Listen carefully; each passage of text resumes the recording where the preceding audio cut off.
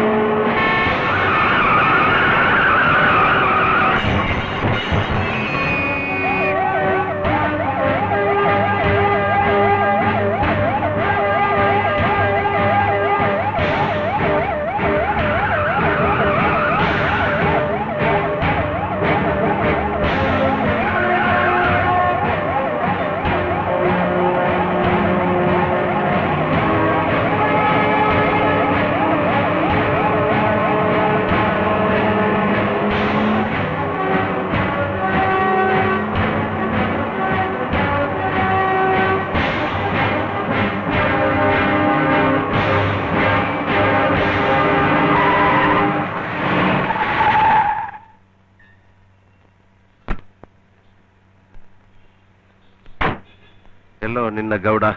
ಗೌಡ ಅಲ್ಲ, ಗೌಡರು.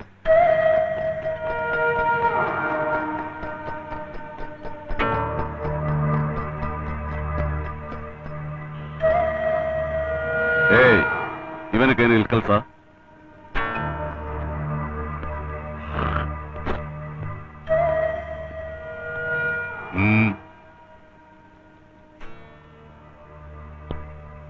ಯಾಕೋ ഇവർ കുതിര ഗാഡിಗೆ ബംഗീട്ടെ? നിനക്കിഷ്ടമുള്ള കുതിരയും വണ്ടിയും പോയി എടുത്തോടോ. പോയി എടുക്കടോ.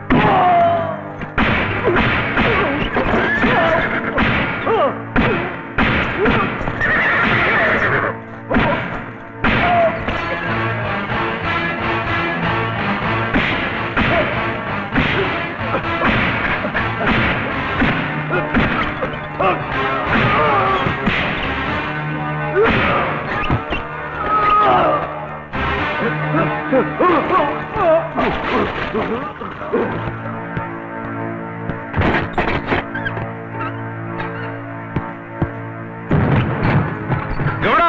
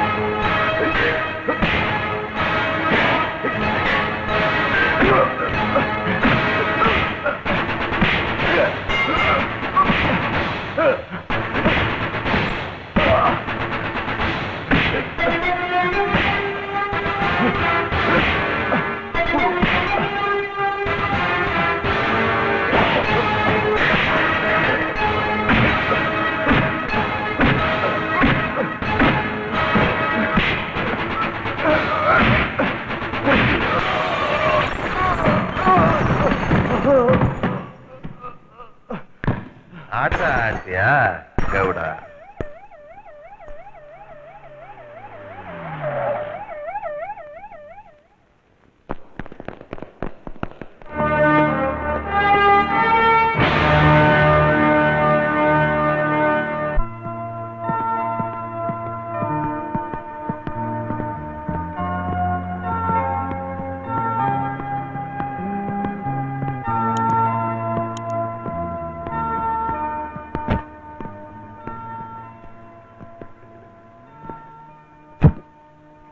പബ്ലിക് റോഡ് റേസ് ട്രാക്ക് ആക്കാനുള്ള അധികാരം നിനക്ക് ആരാ തന്നത്?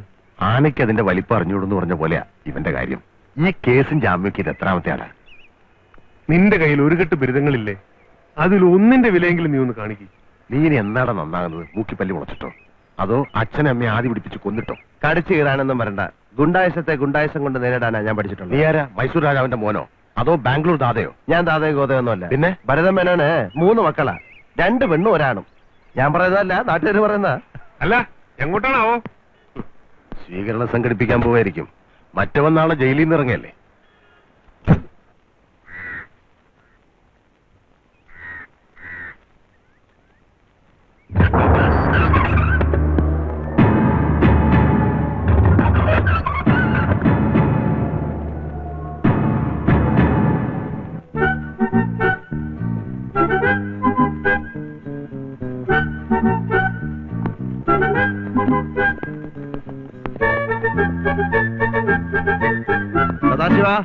മിണ്ടിപ്പോവരുത്. ചങ്ങാതി നന്നായി കണ്ണാടി വേണ്ടെന്ന് അമിതാഭ് ബച്ചൻ ഒരു ഹിന്ദി സിനിമയിൽ പാടിയിട്ടുണ്ട്. അയാൾക്ക് അങ്ങനെ പലതും പാടാം. കാരണം അയാൾക്ക് നിന്നെപ്പോഴും തല്ലിപ്പൊളി ചങ്ങാതി കാണില്ല. എടാ, ചീഞ്ഞ കോഴിക്കേസിന് ഞാൻ 2 മാസം ഗോതമ്പുണ്ടായിരുന്ന അകത്ത് കിടന്നപ്പോ നീ പുറത്ത് കോഴിക്കാലിന്ന് സൂക്ഷിക്കായിരുന്നല്ലേ? നീ ഒന്ന് ചുവന്ന് തുടുത്തല്ലോ. ചുവന്ന് തുടുത്തല്ല, അവന്മാരെ ഇടിച്ച് പഠിപ്പിച്ചതാ. എങ്ങനെ പഠിപ്പിക്കായിരിക്കും? കോഴി വസന്ത പിടിച്ച കോഴികളെ നീ കോൾഡ് സ്റ്റോറേജ് വഴി നാട്ടുകാരെ കൊണ്ട് തീറ്റിച്ചില്ലേ? നാട്ടുകാരെ മുഴുവൻ സഹായിക്കുന്ന നീ സ്വന്തം കൂട്ടുകാരനെ കൈവിട്ടു അല്ലേ? എടാ, 5000 രൂപ കോടതി പിഴ കെട്ടിവെച്ച ആരാ? നിന്റെ തന്തയാ? നീ കാണിക്കുന്ന പോക്കൃത്തരങ്ങൾക്ക് ഞാൻ പിഴം കെട്ടിവെക്കണം, പിന്നെ നിന്റെ കൂടെ വന്ന് ജയിലിൽ റൂം ഷെയർ ചെയ്യണോ? ഇതും കൂടെ കൂട്ടി 32ാമത്തെ പ്രാവശ്യം നിന്നെ റിസീവ് ചെയ്യാൻ വന്നിരിക്കുന്ന അറിയോ? ഇനി അത് വേണ്ട. ഓഹോ, എന്നാൽ ഇന്ന് മുതൽ നിന്റെ പോക്കൃത്തരങ്ങൾക്ക് കൂട്ടി നിൽക്കുന്ന ഏർപ്പാട് ഞാനും നിർത്തി. നീ വണ്ടി കയറ്. വേണ്ട, വണ്ടി കയറ്. ഇതെല്ലാ തവണത്തെയും പോലെയല്ല. എന്റെ ഉള്ളിലുണ്ട് സത്യവും ധർമ്മവും നീതിയും ദാഹിക്കുന്ന ഒരു മനസ്സ്. ഇടികൊണ്ട് കലങ്ങി എന്റെ ഈ നെഞ്ചുതൊട്ട് ഞാൻ സത്യം ചെയ്യുകയാണ്, ഇനി നമ്മൾ തമ്മിൽ ഒരു ബന്ധവുമില്ല. സദാശിവ, സദാശിവനല്ല, ഇന്നു മുതൽ ഞാൻ സദ്ദാമാണ്. സദ്ദാം ശിവൻ, നീ വെറും ബുഷ്. വെറുതെ ഇവരെവിടെ പോയാൻ എന്റെ അടുത്ത് തന്നെ വരും.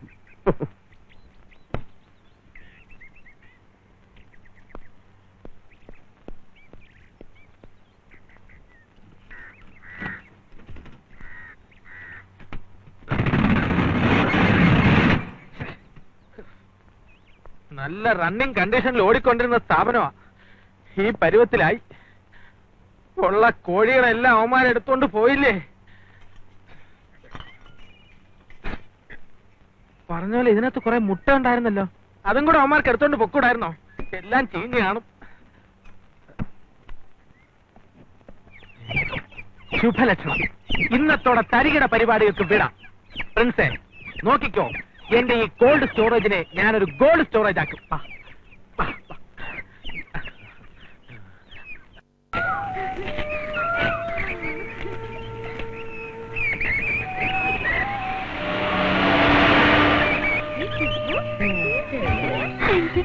ആരാ വേഗം പോന്നു നോക്കാം.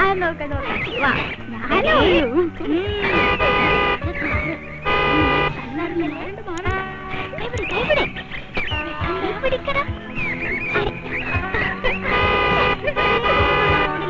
ഇതേ ഒരു സ്ഥലം ശരിയാ.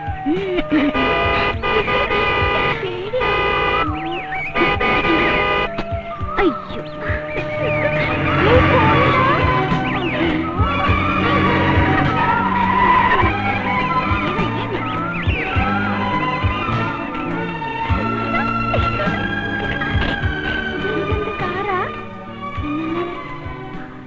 വഴി കാണില്ലല്ലോ.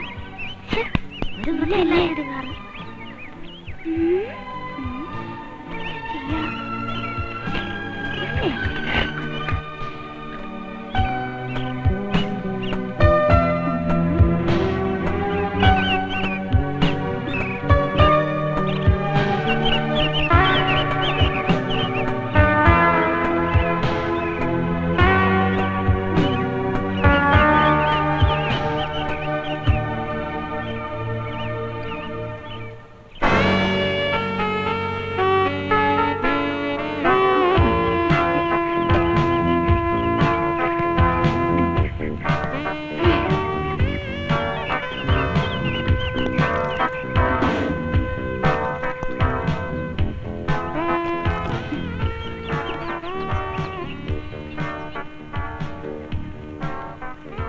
Good morning.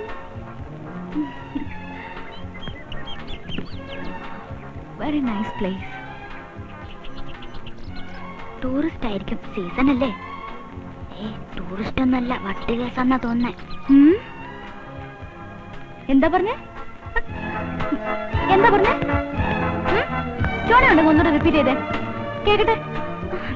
മലയാളിയാ, എന്നെ കണ്ട ശരിക്കും പാട്ടുണ്ടെന്ന് തോന്നുന്നു. ആ തോന്നുന്നു. മോനപ്പോ സൈക്കോളജി ഒക്കെ അറിയാല്ലേ? കണ്ടാ പറയില്ല. എനിക്കൊരു അഡ്രസ് പറഞ്ഞുതരാവോ? ആരുടെയാ? ഹോം മിനിസ്റ്റർ രാമരാജന്റെ അഡ്രസ്. മന്ത്രിയുടെ ആരാ? മോളാ? എടാ മണ്ട, മോളാണെങ്കിൽ അച്ഛന്റെ അഡ്രസ് ചോദിക്കോ?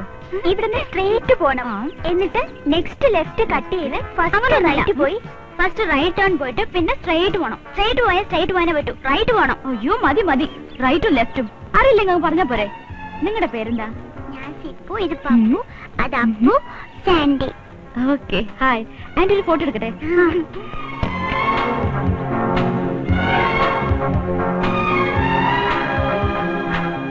റെഡി? Smile everybody.